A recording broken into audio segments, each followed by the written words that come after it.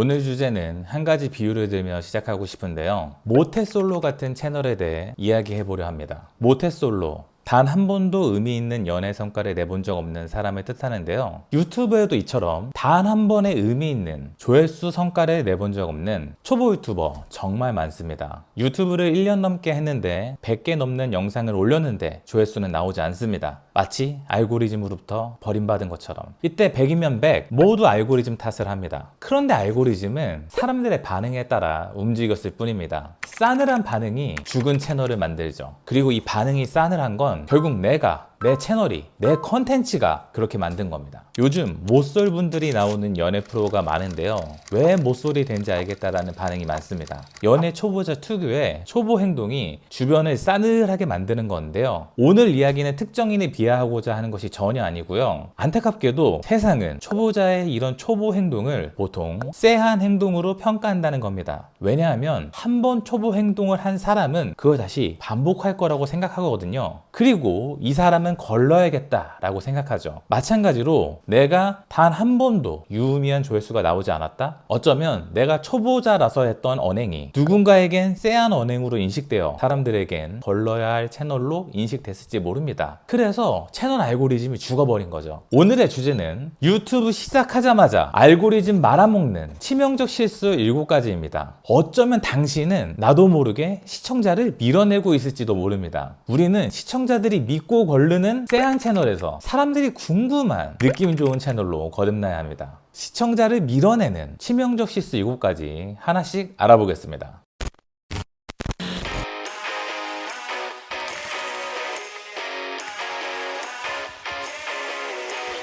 먼저 가장 답답한 유형이자 시청자를 밀어내는 가장 흔한 실수 패턴부터 보겠습니다. 알고리즘 한 방에 말아먹는 치명적 실수 첫 번째, 메타인지 실종 유형입니다. 쉽게 말해 본인이 유재석, 침착맨인 양 행동하는 사람입니다. 어떤 자기 객관화가 안 되고 자꾸 유명인이나 권위자들이 할 만한 언행을 하는 사람을 뜻합니다. 이런 사람들이 흔히 올리는 컨텐츠가 있습니다. 무려 제가 유튜브 시작합니다. 아니 당신이 누구신데요?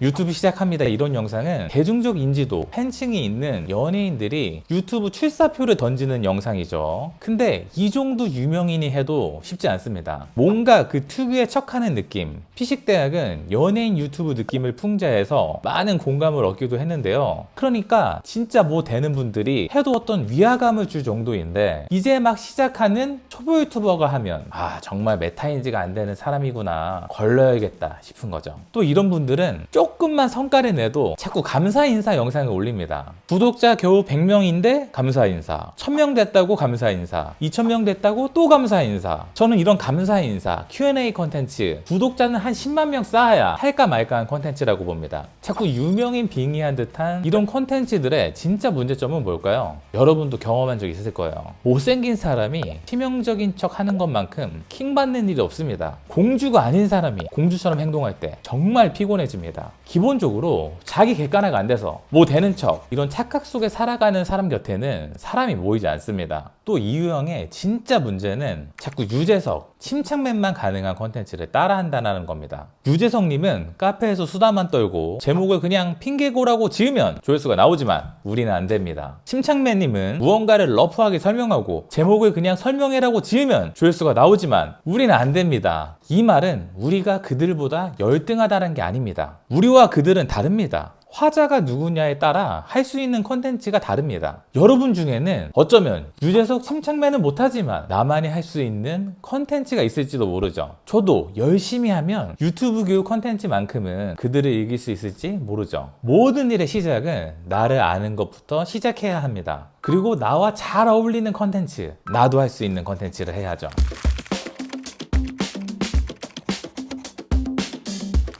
다음 알고리즘 말아먹는 치명적 실수 두 번째, 밑밥 깔기 유형입니다. 자꾸 본인이 초보 유튜브임을 어필하는 사람이 있습니다. 배너에서 티를 내거나 컨텐츠 썸네일에서 혹은 자꾸 나는 초보 유튜버 라고 밑밥을 까는 사람이 있습니다. 이건 겸손과 겸양이 아니라 자기 방어, 해피 기제로서 이야기하는 사람을 뜻합니다. 이 메타인지가 안 돼서 자신을 과신해도 안 되지만 이런 방어적 자세도 좋지 않아요. 축구 국가대표 감독이 이런 말을 한다고 생각해 봅시다. 나도 월드컵은 처음이다. 나도 감독은 처음이에요.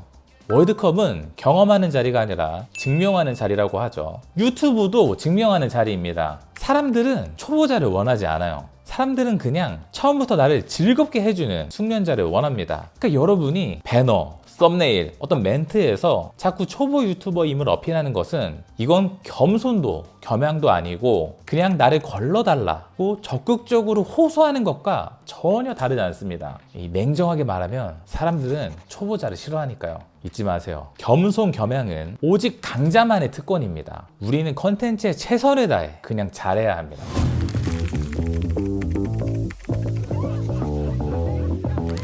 다음 알고리즘 말아먹는 치명적 실수 세 번째, 자의식 과잉 유형입니다. 사람들이 초보 유튜버한테 가장 쉽게 이 자의식 과잉을 느끼는 순간이 있습니다. 아무도 당신이 궁금하지 않은데 혼자 얼굴 숨기고 목소리 변조하고 커튼 치고 나의 정체를 숨기기 위한 행동이 너무 티나는 사람이 있어요. 이 누구의 말처럼 우리 모두는 유명해지지 않으면서 돈을 벌고 싶은 욕망이 있습니다. 저는 얼굴 공개하지 않고도 유튜브 성공할 수 있다고 봅니다. 그런 사례도 많고요. 그런데 이 유형은 유명해지러 왔으면서 유명해지지 않으려는 이 아이러니, 이 부자연스러운 행동이 티나는 사람이 뜻합니다. 여기에 만약 소극적으로 목소리까지 기어 들어간다? 정말 최악입니다. 사실 이 얼굴을 숨기는 건 괜찮습니다. 핵심은 자연스러운가입니다. 얼굴을 숨겼지만 유튜브 잘하는 유튜버들을 곰곰이 보세요. 얼굴만 숨겼을 뿐 어떤 말과 행동은 아주 자연스럽습니다. 근데 얼굴을 숨긴 초보 유튜버분들은 대부분 아주 좀 어색해요. 그래서 유명해지려고 왔으면서 유명해지지 않으려는 이 모순이 사람들을 확 짜치게 만듭니다. 결국 유튜브는 설득력 싸움입니다. 설득력이란 건 나의 이야기를, 나의 얼굴을 드러내고 나의 목소리로 당당히 말할 때 이 리스크를 감수하겠다라는 자세에서 나옵니다. 저도 유튜브를 시작하면서 처음 2개 콘텐츠는 얼굴을 드러내지 않고 올려봤는데요. 어떤 이 설득력의 차이가 느껴져서 바로 공개하게 되었습니다. 얼굴 공개하지 않아도 괜찮습니다. 설득력의 손해는 내가 감수하면 되니까요. 하지만 이 자연스러움은 절대 잃어서는 안 됩니다.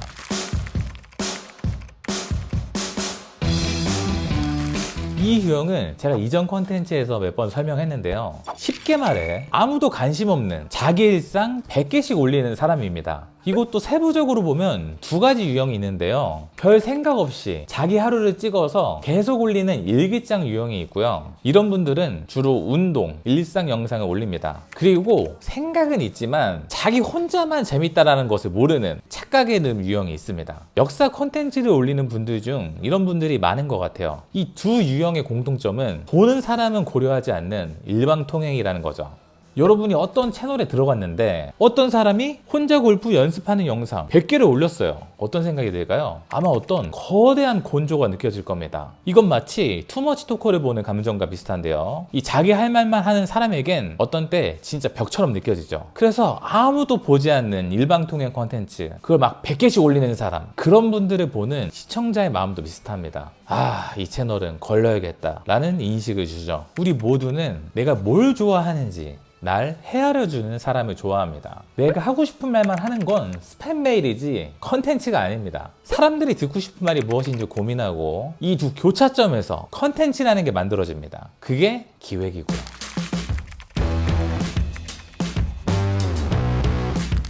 알고리즘 말아먹는 치명적 실수 5번째, 급발진 고백 유형입니다. 정말 다양한 방법으로 구독과 좋아요를 종용하는 사람이 있습니다. 배너에서, 썸네일에서 혹은 영상에서 구독과 좋아요를 종용합니다. 여러분도 본 적 있으시죠? 혹시 그랬던 거 아닙니까? 그런데 여러분, 누가 구독 눌러달라고 눌러준 적 있으신가요? 아마 거의 없을 겁니다. 이게 왜 문제인지 사실 우린 빅데이터로 알고 있어요. 대체로 직접적으로 뭘 사라고 종용하는 사람들, 신기하게 그들이 파는 건 모두 퀄리티가 높지 않습니다. 오히려 믿고 걸러야 하는 경우가 많이 있죠. 인터넷에 검색해보면 고백 공격이란 말이 있습니다. 감정 교류가 없는 상대가 한 고백 공격은 애정 표현으로 느껴지지 않고 불쾌감을 주는 공격이라는 의미예요. 마찬가지로 어떤 재미와 감동을 주지 못한 크리에이터가 구독과 좋아요를 종용하면 어떤 느낌이 들까요? 이 마치 고백 공격처럼 불쾌감으로 다가오지 않을까요? 반대로 요즘 느존남이란 말이 있습니다. 그냥 잘생긴 남자랑 좀 다른데요. 경쟁적이기보다 여유롭고 자기만의 어떤 무드가 있는 남자를 뜻하는 말인데요. 여기서 핵심은 여유입니다. 직접적으로 막 뭘 사라고 뭘 해달라고 종용하지 않죠. 궁금하게 만들어 다가오게 만듭니다. 우리는 급발진 고백 공격이 아니라 느낌 좋은 채널로서 사람들에게 궁금증을 주는 채널이 되어야 합니다. 구독과 좋아요를 종용할 필요가 전혀 없어요. 재미와 감동을 주고 여유로운 모습을 보여주면 사람들은 알아서 구독과 좋아요를 누르게 되어 있습니다.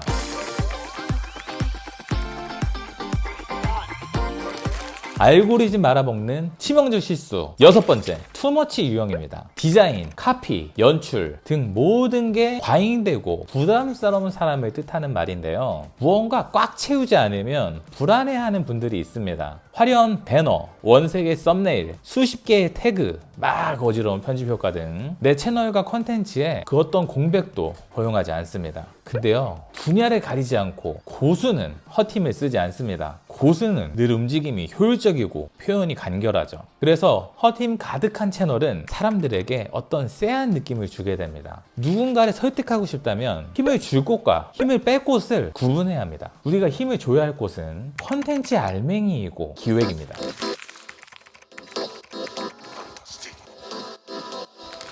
알고리즘 말아먹는 치명적 실수 7번째, 날먹 유형입니다. 요즘 딸깍이라는 키워드가 화제인데요. 이런 다큐가 나왔을 정도이고 어떤 사회 문제가 되고 있는 것 같습니다. 사람들은 누구나 딸깍해서 돈 많이 벌고 싶고 건강하고 싶고 이뻐지길 바라지만요, 그건 내가 그렇게 하고 싶단 거고 남이 딸깍하는 건 아주 싫어합니다. 이 유형은 시청자가 보기에도 날로 먹으려 드는 저컬 컨텐츠 만드는 사람을 뜻합니다. 흔히 남의 영상을 짜집게 하거나 AI 영상 음성 범벅인 컨텐츠, 나무 위키 있는 컨텐츠, 얼굴도 가짜, 목소리도 가짜, 내용도 가짜인 컨텐츠를 뜻합니다. 이 사람들은 기본적으로 진리를 쫓고 가짜를 혐오하는 심리가 있습니다. 이 전 격투기 선수 김동현님 유튜브 채널에 무려 2,500만원 슈퍼챗이 터져서 화제가 되었는데요. 이런 구독을 넘어서 열광적인 반응이 나온 것은 이 크리에이터의 얼굴, 목소리, 생각, 책임, 노력, 이 모든 게 어우러져서 사람들이 야, 이게 진짜 컨텐츠지 라고 느꼈기 때문입니다. 사람들은 진짜에 열광하고 가짜를 혐오하거든요. 특히 이 날로 먹으려 드는 사람을 아주 싫어하죠.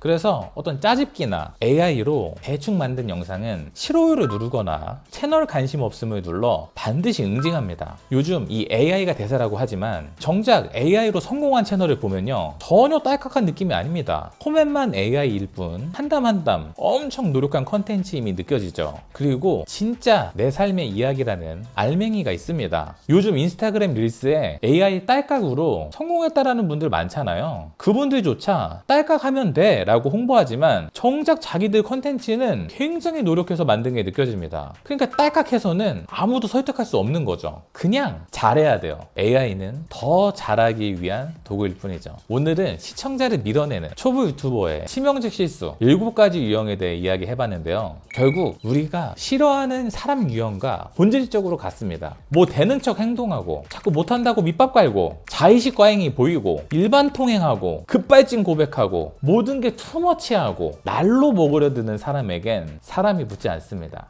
공감하시나요? 우리는 쎄한 느낌을 주는 이런 행동을 지향하고 느낌 좋은 채널이 되어야 합니다. 마지막으로 오히려 시청자를 끌어당기는 채널 특징 4가지에 대해서 짧게 이야기하고 마무리 짓겠습니다.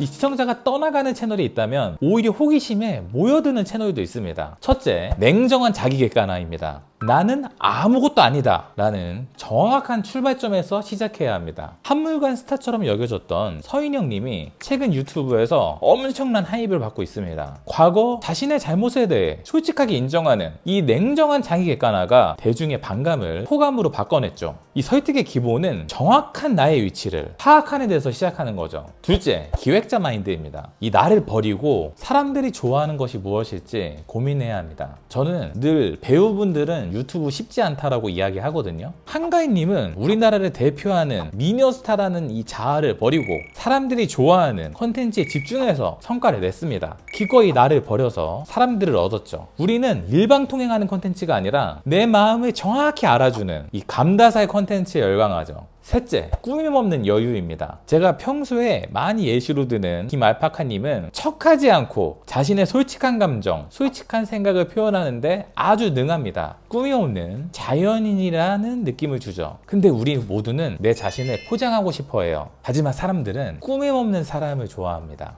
저는 기안84님이 예능인으로 최고의 자리로 간 것도 그런 맥락이 있다고 생각합니다. 넷째, 정당한 당당함입니다. 사람은 무조건 당당한 사람, 확신에 찬 사람에게 끌리게 되어 있습니다. 그래서 유튜브는 사기꾼이 잘 됩니다. 인간은 확신에 찬 목소리에 끌리게 되어 있거든요. 하지만 우리가 그럴 수는 없죠. 나쁜 짓을 할 수는 없죠. 전 여러분이 가짜 당당함이 아니라 정당한 당당함이길 바랍니다. 어떻게 정당하게 당당할 수 있냐고요? 내 진짜 이야기를, 나의 얼굴을 드러내고 나의 목소리로 내가 직접 공부하고 기획해서 그렇게 나오는 정당한 당당함으로 사람들을 설득하길 바랍니다. 이렇게 열심히 준비했다면 당당할 수 있잖아요. 가짜 허세가 아니라 진짜 박력으로 사람들을 설득해주세요. 그렇게 여러분이 거르고 싶은 쎄한 채널이 아니라 느낌 좋은 채널이 되길 바랍니다. 오늘은 유튜브를 시작하는 데 있어서 가장 기본이 되는 이야기를 해봤는데요. 공감하시나요? 다음 컨텐츠에서는 한 단계 더 나아가서 만들면 안 되는 컨텐츠, 만들기 좋은 컨텐츠, 좀 더 실전적인 이야기로 넘어가 보겠습니다. 그럼 다음 컨텐츠 만나요. 유바!